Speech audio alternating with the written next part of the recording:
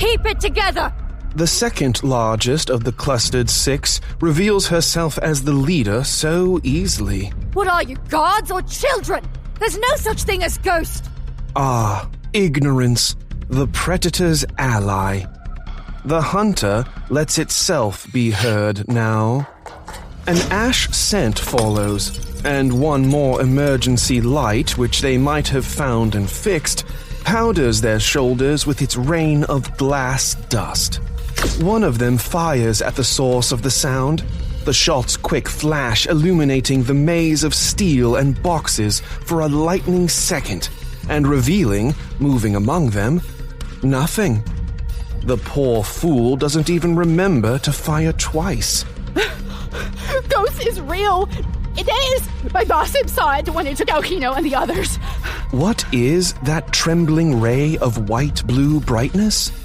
A pocket light, multiplying the mad geometric shadows of the beam as it shakes in an unsteady hand. An instant later, a broken yelp sends the light spinning across the floor. Why shoot the light in someone's hand when you can shoot the hand? And add blood to the dark. There! Above us!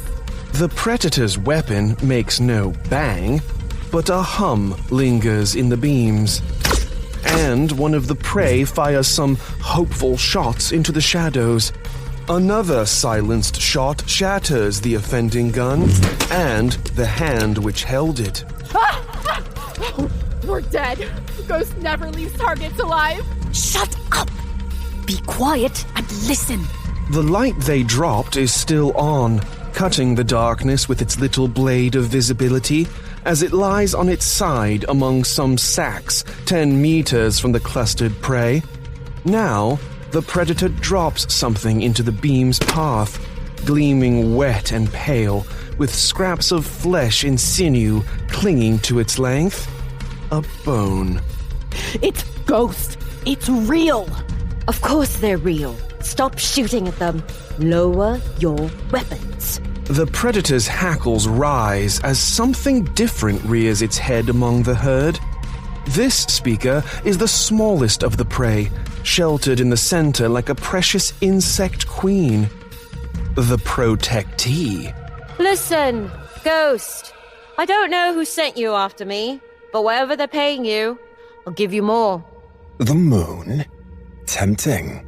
The hunter's voice floats down through the shadows, growl rough and growl soft.